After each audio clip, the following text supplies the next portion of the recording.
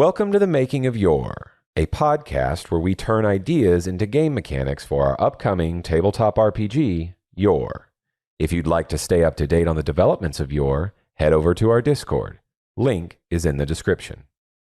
Alrighty, I'm going to talk about monsters. Yeah, talk about them other things that aren't a dire chicken. Dire chicken, The greatest. maybe is best monster. We'll just have to see if we can get it to kill someone in the first session. Oh, it will.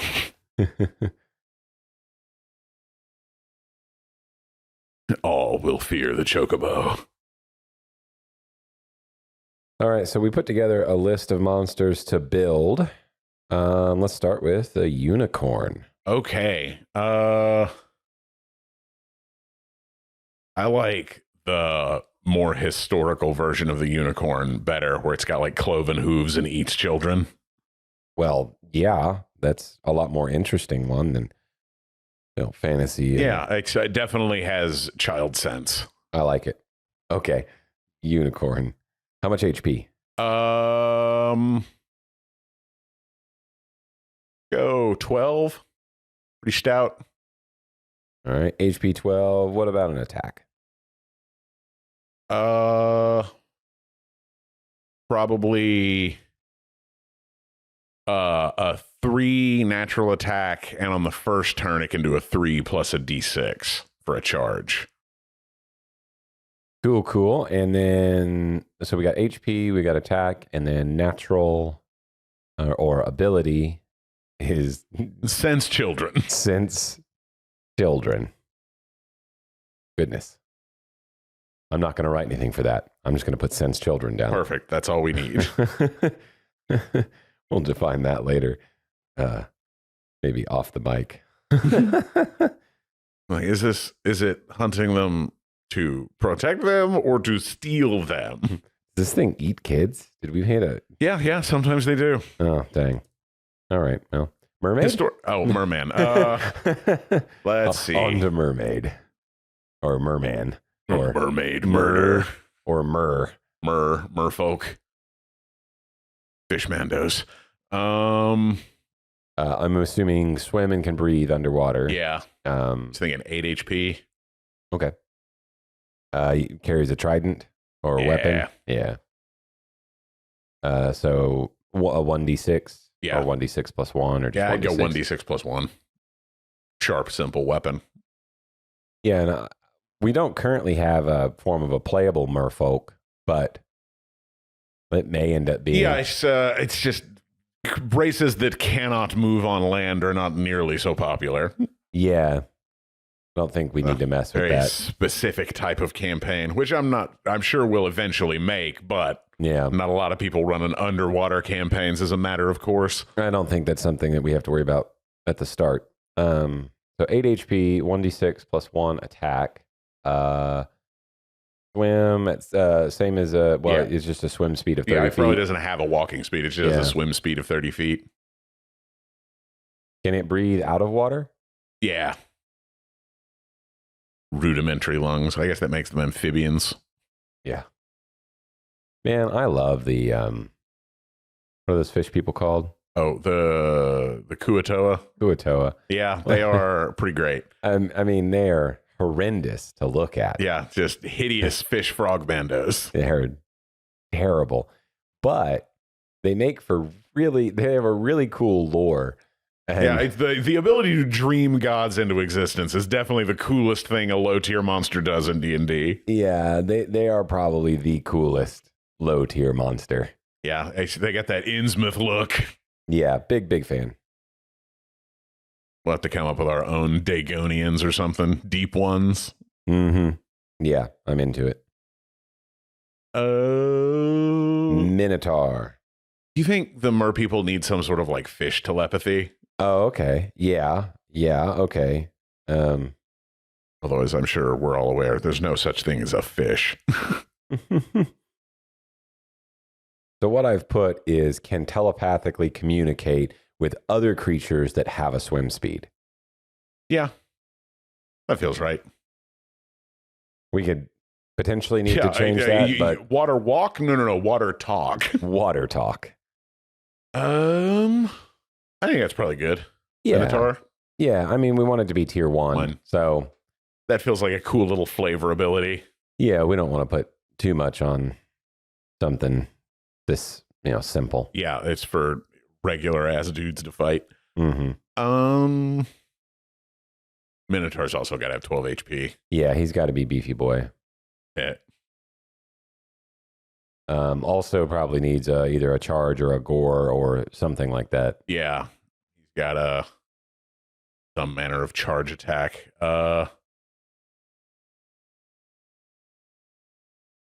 Yeah, like a 4 plus D6 charge. Natural weapon 4. Yeah. Normally. I've seen what those bullfighters get done to them. It's not great. All right. HP 12, natural weapon 4, charge 1d6 plus 4. How about special ability? Sense of direction. Can't get lost. Oh, or does he just have a compass mind? Oh, yeah. It has the compass mind feat. Ogre. I think 15 HP. Natural weapon 5. Jeez. Yeah, we're getting into the boss boys. Yeah. But probably no special abilities. Okay. Just keep him simple. He's big. He's dumb. Yep. We need a beat stick in tier 1. That's what ogres are for. Yeah. They're not special. They just hit hard and are tough. Yeah. So natural weapon 5, or do we want him to wield a club? Do we want ogres to assume they have a club? And then we could give him something like a 1d6 plus 3. Yeah. Or 1d6 plus 4 or something. That's really... 1d6 plus 4 is already our charge attack on Minotaur, which is quite a bit, but he's only a natural weapon of 4. Yeah. So, which is pretty scary. But... Yeah, it's 1d6 plus 3, but maybe like a sweep attack. He can hit 2 people. Mm-hmm. Yeah, because he'll probably his 1d6 plus 3, which we don't have to build all this now, but in a rules standpoint, what I'm thinking is that, well, he's carrying a two-handed weapon, so it's getting plus 2 from that, and he must have like proficiency tier 2, so it's plus 3, and it's a two-handed club. He's probably wielding it in one hand and still has a free hand, but he's still wielding a two-handed club in one hand. Yeah, two-handed club, uprooted tree, but uprooted tree. But yeah, no, I like D6 plus 3, and then like ponderous blows. He can hit two adjacent targets with the same attack. Ponderous blows. That feels cooler. Yeah, I agree, and it feels more appropriate. Side note, we're moving through this pretty quickly, but here's a side question. So on the half giant race, their features are that they get extra HP. Yeah. But they also are treated as large or whatever, is what we have currently. The question in that is, what does that mean? Well, at the very least, to let you grapple a larger creature. Yes, it will let you do that. I was thinking of like, will it have some relationship to weapons differently? Like, will they? Probably not. We may put in if you're bigger, your weapons deal more damage, but we'll see. Yeah. Okay. As far as I know, the only thing that it really affects right now is grapple size and then squeezing size, because kobolds have that too. Mm-hmm. They're treated as a size smaller. Yeah. Okay. On to Basilisk. They probably have that stone petrifying spell we talked about. Oh, okay. That hold person, if they can hold it for 4 rounds, you die. Oh, yeah. But I also think they probably only have like 6 HP. Okay. Like real bad if you encounter one alone, but... What kind of natural weapon attack? Do they have an attack? Probably just like a 2 natural weapon. They're a great... It's like stone-piercing bite. Their bite ignores armor. But it is only a 2 damage natural attack. Well, that also brings me back to the ogre.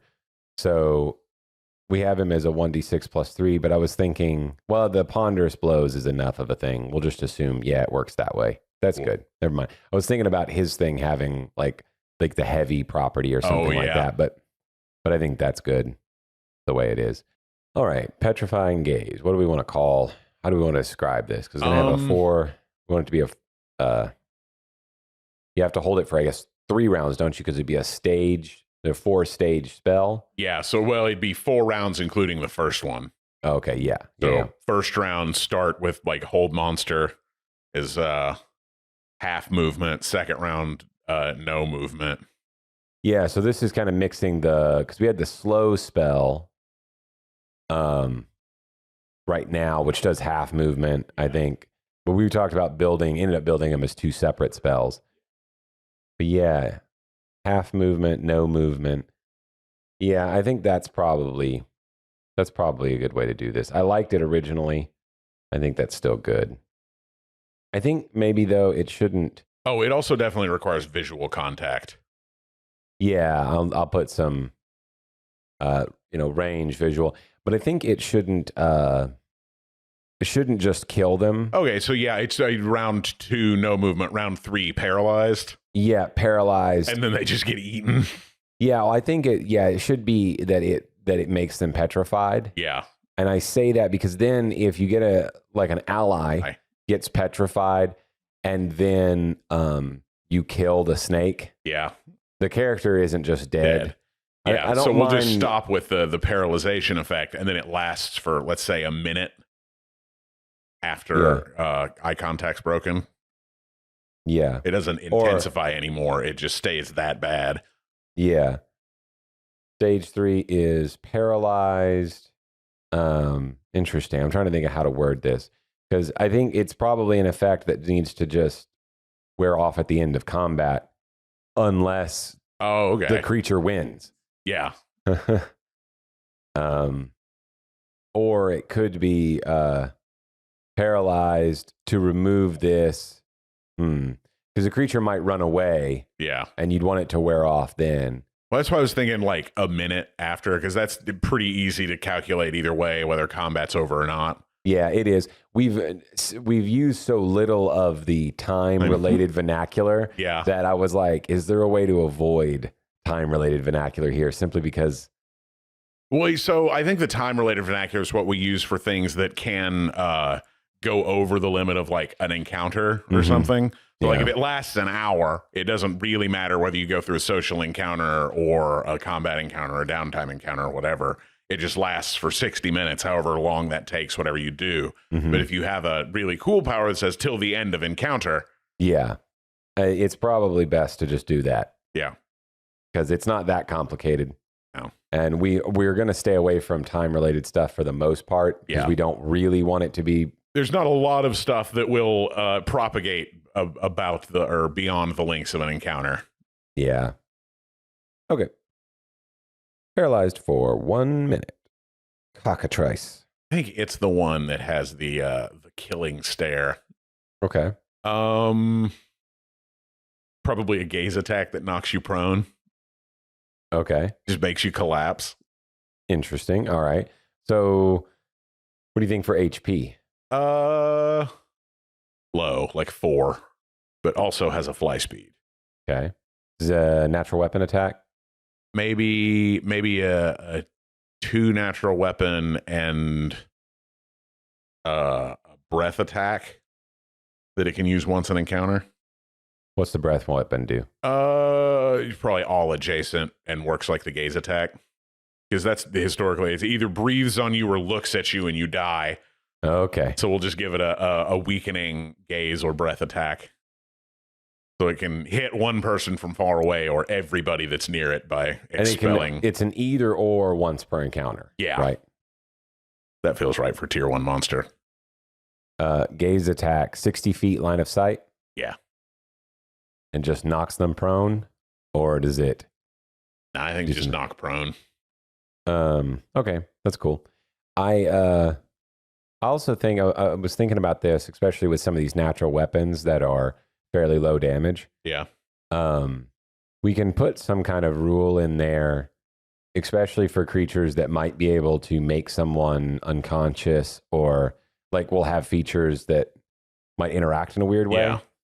That, and this should be obvious, but I still think we want to put it in the rules that if you're unconscious, your armor has no effect. Yeah. Like you don't Can't put it in the way. Yeah, you're assume that even though you're armored, it doesn't do anything if you're unconscious. Yeah.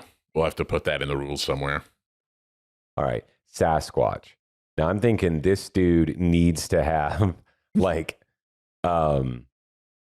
good stealth. Yeah, some manner of stealth camouflage ability. But also I think it'd be really great if he has some type of like projection ability. Oh yeah. Like he can illusory double type thing. Yeah, it's say 10 HP. Okay. Probably just a D6 weapon. Okay. Whatever rock he happened to pick up that he's proficient with. But yeah, like advantage on what do we call it for stealth? Subterfuge. Well, we have no sneaky stealth is finesse. Oh, finesse. Yeah, advantage on probably just advantage on rolls to remain unseen. Yeah, whatever he happens to use those for, and an illusory double. Once an encounter, he can create an illusory double of himself within, say, 10 feet. Okay, I put it this way, and we may end up using a different word than move silently, but I have advantage on rolls to hide or move silently. Perfect. I almost put move stealthily, but I don't know. Move silently is what people we'll are know familiar what that with means whenever we start putting it in book game language. Yeah, and then we have to do illusory double or some kind of projection thing. Yeah. Oh, I'm thinking like can create a replica of himself within 10 feet. Okay. Once a combat lasts until the end of combat, moves independently. I'm going to do within 30 feet. Okay. Well, I was thinking within 10 feet, but it is not limited to those 10 feet. Okay. So it has to summon it close by, but it can hide in a bush and send it off running through the woods. Do we want it last for 1 hour? Or 10 minutes? Yeah, let's go 10 minutes. That's fun. The Cougar. A Cougar, 7 HP. Natural weapon 3 or 4? I'd go natural weapon 3 does double damage on if it has surprise, like the drop bear. Mm-hmm. Advantage on stealth rolls? Probably no. I think it's just probably not particularly stealthy. Oh, okay. It just, if it does get one off, is really nasty. Any feature we want to give it? Luring scream sounds like a human woman in distress. Okay. Now I'm like going back to see what we wrote for or did we not make it yet? For what? Siren. We haven't built Siren yet. Oh, no. All right. Natural weapon 3, 7 HP, surprise attack 6, luring scream, can mimic the sound of a person in distress, cannot use this feature to speak. Yes. All right, lion. 10 HP? Yeah. 11 HP. Ooh. Different. Yeah. Odd number. 4 natural weapon. And some kind of pack feature? I was thinking some kind of terrifying roar. Oh, okay. Yeah. We'll do packs in when we give them lore and habitat. I imagine a tier 2 lion is actually a pride of lions. Yeah. And it has like the pack thing. Yeah, it has whatever the pack feature is. Yeah. Yeah. A group feature. Yeah. We'll have to have we'll come up with mob rules. Yeah, I think we're gonna use mob rules a lot. Yeah. It's so many tier 2 monsters is just going to be a shitload of the ones we've already talked about. Yeah, I wish mob rules would get used more, because then you get to, when you do a narrative type thing. Yeah. And if you create the way HP works, matter of fact, you had an HP idea that we never talked about, and we kind of it was a little bit complicated. I won't get into trying to explain all of that right now. Unnecessary. But it'd be really great if when we do our mob rules, I think taking a little inspiration from that idea you had was, so let's say it's goblins and they have, I don't know, like 5 or 6 HP. Yeah. So every time you do 6 HP worth of damage, it removes an HP from the mob. Yeah. And the HP, if it's a mob of 5 or whatever, it'll now be a mob of 4. Yeah, we may have maybe not quite that much, but like tiers of like it's got 3 different HP pools, and once you get through one, it drops to these stats. And once you get, that's probably going to be for like tier 3 or 4 mobs. Yeah. But, well, the reason I was talking about it like that of having, you have very low numbers to track. Yeah, well, it's how many DMs do you know they're kind of fuzzy on their HP numbers? No, we don't want I to have to know. make them like track down to the 1. Well, what I meant is then this is really simple. Mm-hmm. If you have a number of 6 or whatever, and you have a number of 5, and that's it. Yeah. And so, like, instead of tracking mob rules where you just do one conglomerate HP, where it's like this has 70 HP, it would be way easier to track this, because what you'll say is you hit the mob for, let's say you hit the mob for 10 points of damage. Yeah. You did 6. You didn't do 10, you did 6 because you killed 1. And now it ticks down 1. So you have like this never integer. I think that is cool, but I also think that's going to be a pain in the ass to track in the middle of combat. Okay. All right. We'll mess around with what we see. We may try that out on some of the mobs. We'll make 2 different kinds with different HP systems whenever we get to them and see which one works best. Because in my head, thinking about it, I'm like, that seems way easier to track than any mob rule I've ever done before. Yeah. Because then I'm not counting HP. I'm just like, did he do more than 6? Cool, dead. Yeah. Did he do more than 6? Cool, dead. And it seems to me that would be like, and I'm not saying that like, you wouldn't have to track each individual goblin they're hitting. Yeah. You would just say that every time an integer of 6 is dealt. Something dies. Yeah. And then if someone only does 3, well, if the next person does 3 to the mob, then one of them dies. The next person does 6, then one of them dies. And to me, it would be like a really simplified number system to keep track of. Yeah. I don't know, but I'm willing to try it. We'll, whenever we start working on tier 2 monsters, we'll keep that in mind. Yeah. Something different. All right. So Lion, HP 11, natural weapon 4, and then some type of frightening roar okay. How do we want?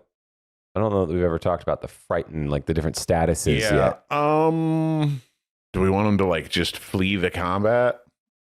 If they're frightened? Yeah, that'd be fucking terrible if you saved and your friends didn't, and you had to fight it by yourself. Yeah, we could do flee the combat. We could do, and that would be really simple. Yeah. It would end the combat quickly rather than just say you can't move closer. Sure. Because that's always gotten weird. Like, well, you can't move closer, but I can continue to make attacks. Yeah. And it's really scary. It means eventually we have to make methods for either negating or being able to overcome such things. Because you get like a dragon that's going to have something, but that's worse than this. Just an automatic aura like that. And it's like, well, if half your party leaves, you're just like, I guess we're running. Yeah. I guess we leave the combat too. Yeah, because I wasn't here to solo a dragon. Yeah. I don't know if it'll work, but I want to try that and see if it'll work. Okay. That is interesting. It is interesting. We have to create a mechanism, I think, that would allow allies to somehow encourage, or I don't know that we want to make it a spell, but we would need a way to be able to like bring someone out of it. Yeah. I don't know. Because it's not like anything terrible's happening to you. You just leave. Yes, I know, but I'm thinking of like if you've gotten in a combat against a lion, it's probably not a big deal, except for the lion is going to be as faster than characters. Yeah. So if you've got people fleeing combat, like now it just becomes, if you're the only one who's in combat, you have to try and run too. Yeah. If you can't beat it. That's why I'm interested to try it. I think that's why I want to do it, just so that we can see how it plays in game. Because, I mean, that's what these monsters are really here for, is for us to test out like some of the weird shit and see if any of these abilities are going to be cool as we think we are. So do we want to assign that as the frightened status does that? Because I would assume we want to bake this into a greater system of a frightening roar puts a status on you. Yeah, we'll try that in the frightened status, and we may like move those around a little bit, but we'll just say there's only one tier of it right now. Yeah. And we're like, all right, in future, we need like these steps. But I like the we're not fighting to the death here mechanic. All right. I wrote it like this. Frightening Roar causes enemy creatures who fail the check to gain the frightened status. And then in parentheses, what I assigned the frightened status is a creature who is frightened attempts to flee combat or cowers. Because if you put it in a situation where maybe there's nowhere to get out, leave. Then it cowers. If dealt damage, this status is removed. Perfect. So you're not stuck, just sitting there and dying. If you're dealt damage, you get to fight again. Yeah, I like it. And Frightening Roar will be once per combat? Yeah. All right, Pixie. 1 HP. Wouldn't you know? Yeah, wouldn't you know it? Another odd number. 1 point natural weapon. Is it one in a normal thing? Like it's just trying to peck at someone? Yeah, I think so. You know, like trying to stab somebody with a rose thorn or something. Okay. What kind of features? Yeah, that's what I'm trying to think. Will it have like a confused type thing or? I'm trying to think if I want it like mind affecting or flower affecting. maybe it's like it's hard not to look at them. Like you have disadvantage to see other things while you're looking at a pixie. So enthrall? Yeah, well, yeah, not exactly. Just like you're not compelled to look at them, but when you're looking at them, it's really hard to see anything else. You know what I mean? Distracting. You get, like tunnel vision. Distracting visage. Yeah, distracting visage. Visage, visage. Distracting sausage. Wait, no. Man, I want a sausage now. Yeah. I don't know. He said that Chobani flavored stuff in the fridge, and I heard Giovanni, and I thought, man, I could go for some like salami right now. Man, where's my salami coffee? Yeah, it's salami flavored coffee creamer. I mean, I don't know what I'd have done. You would have been like, huh. Is there something I don't know about? Like you got to put a salami in the coffee creamer to keep her from going bad? Does he just like smoked meat flavored coffee creamer? Sweet cream and salami flavor. Oh, gosh. Something Jason and I are going to have to put in the space show. Yeah. All right. Back to the podcast. Distracting visage. Yeah. When looking at this creature, it is difficult. You have disadvantage. Yeah, disadvantage on all spot checks while you can, or all awareness checks while you can see this creature. Commonly found in the presence of drop bears. Siren. 5 HP, you think? More odd numbers. Yeah. I like it. Oh, fly speed. Mm-hmm. Oh, yeah, I need to give the pixie a fly speed. Oh, right. Oh, the cockatrice. What should the fly speed be on it? I think a 30-foot weak fly speed. Okay. That's we talk about weak fly speed means you have to end your turn on the ground. Okay. And a strong fly speed means you can end your turn in the air. Sounds good. Like it. So a pixie has a 30 strong fly speed. Can't carry anything because it's weak. Yeah, tiny.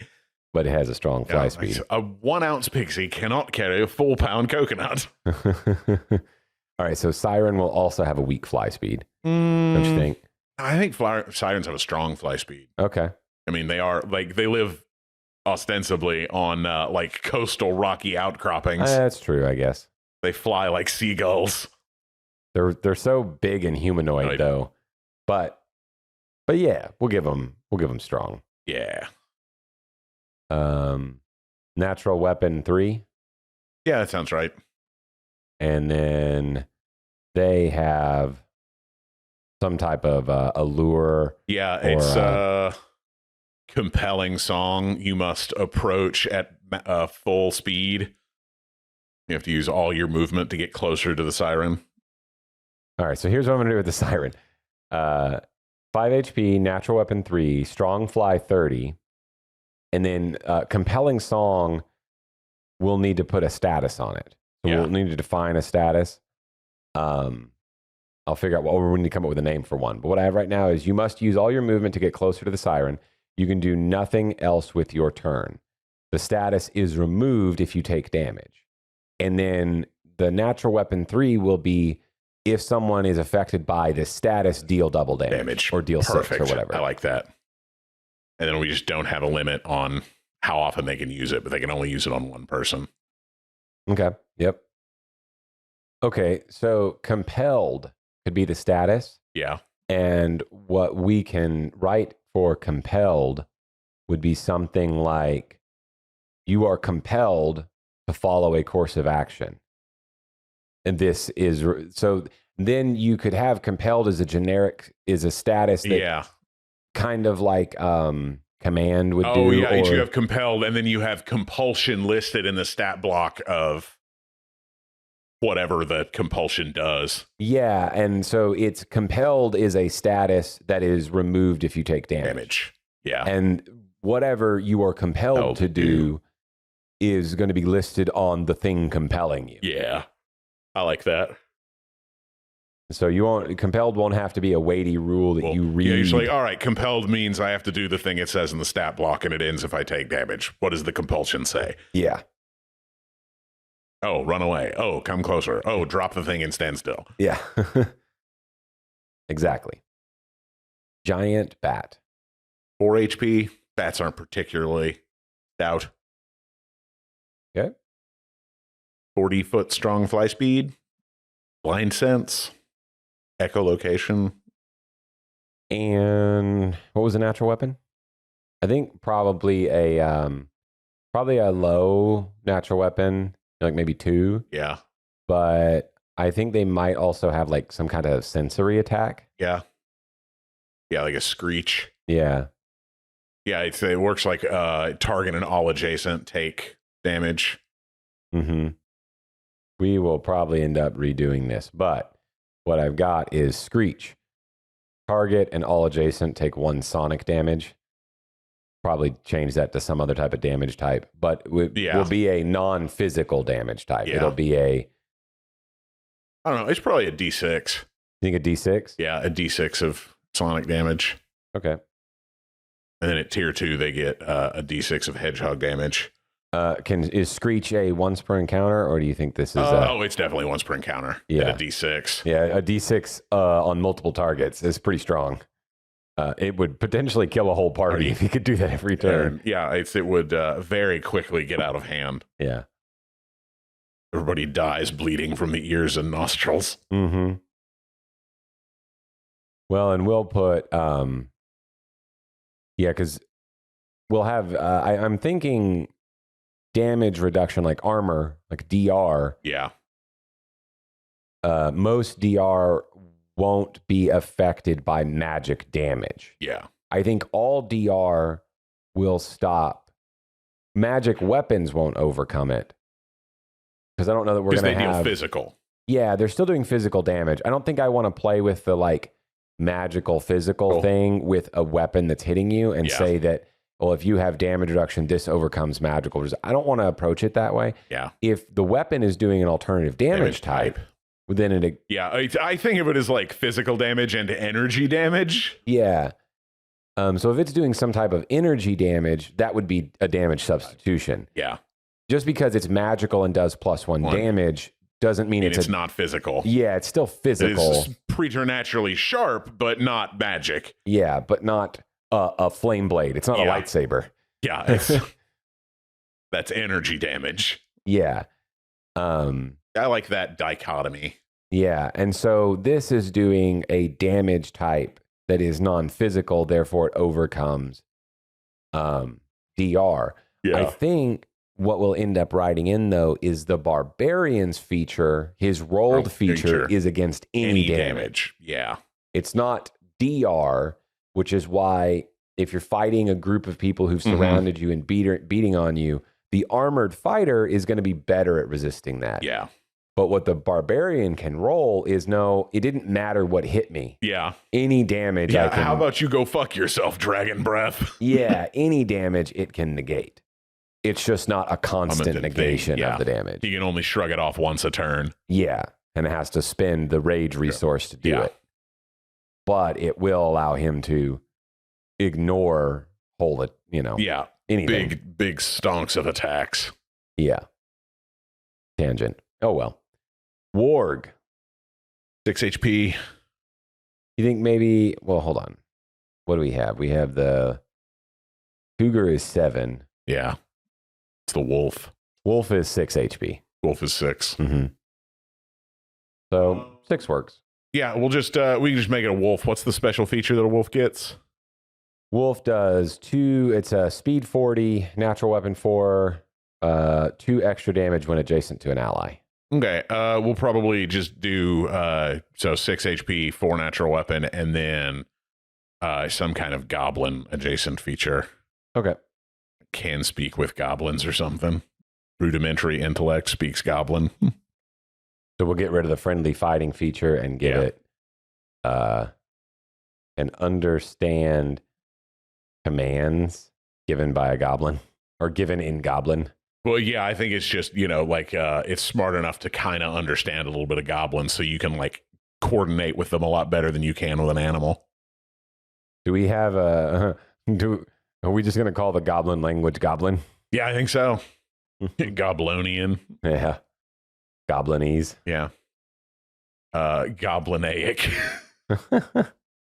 Alrighty. Well, Goblish. Goblish? There we go. Goblish. In Goblish. Goblish. All right. That's cool. All right. Well, that's all the monsters. What are we looking at on time? We're getting pretty close to time. I think we could just shoot the shit about armor properties a little bit. Yeah, we won't even worry about trying to build it, but we'll just talk a little bit about what it is. All right. So I don't know if I want armor itself to have properties or if I want armor to have material properties. Yeah, okay. Well, that's interesting. I think we would want, so we might say not build it like the system that weapons are built. Yeah. And then say that you have to craft armor out of special stuff to get these properties, or... Yeah, that's what I'm thinking. Is if you make it out, light armor's light armor unless you make light armor out of dragon scales, in which case light armor does other stuff. Yeah. It provides you with element or energy resistance of the same type as the dragon it came from, or... Okay, so I'm thinking I like this. Yeah. But also, we might want to end up building weapons and armors to function in similar systems. So maybe we end up changing weapons a little bit, like certain properties. Maybe we'll have a set of basic properties and special qualities. Yeah. So maybe armors can have certain properties that are simple, and then that would be something like... Well, because the only thing because I like the way the weapons work, and I don't mind adding in if you make a sword out of X material, maybe it gets a property for free. Mm-hmm.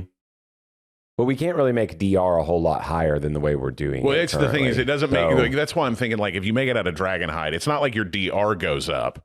Sure. Your DR is the same, but it also protects against whatever energy type that the dragon was. Yes. And you wouldn't normally be able to use your DR against fire, but because it came from a fire dragon, it does work on fire. Yes, I like this. If you make it out of displacer beast hide, you're sneakier or whatever. Yeah, okay, I'm into all that. What I meant was I don't know that we can give armor basic properties like heavy weapons have. Yeah, that's what I'm thinking, because armor's sort of armor. What would it do other than give you more DR? Yeah, it would have to be that it would have to, like you say, something that makes you stealthy, but there's not much you can do there. You could do negatives imparted. Yeah. So you could have one that says, oh, well, you get an extra point of DR, but you are it slows you, something like that. Something like that. Which I don't really like. I don't think that's good. I think, different systems completely. So weapons have a crafting type system. Armor does not, at least for now, unless we think of something better. Yeah, we may come up with a good idea between now and next week, but early days on the armor system. Yeah, but I do definitely like the idea of having armors can have special qualities if they're crafted with special material. Yeah. Okay. Yeah, I'm super into that. We'll just have to give that some thought. You know, currently you have tiers of proficiency. Yeah. And if you have a higher tier proficiency with armor, then wearing armor gives you more DR. And armor is pretty much aesthetic. Yeah. So there's no like, well, I'm wearing leather or I'm wearing metal. There's no interaction with any of the materials currently. Or like, there's no heavy armor or light armor. It's just you're wearing armor or you're not wearing armor. And how good your armor is how proficient you are with it. Yeah.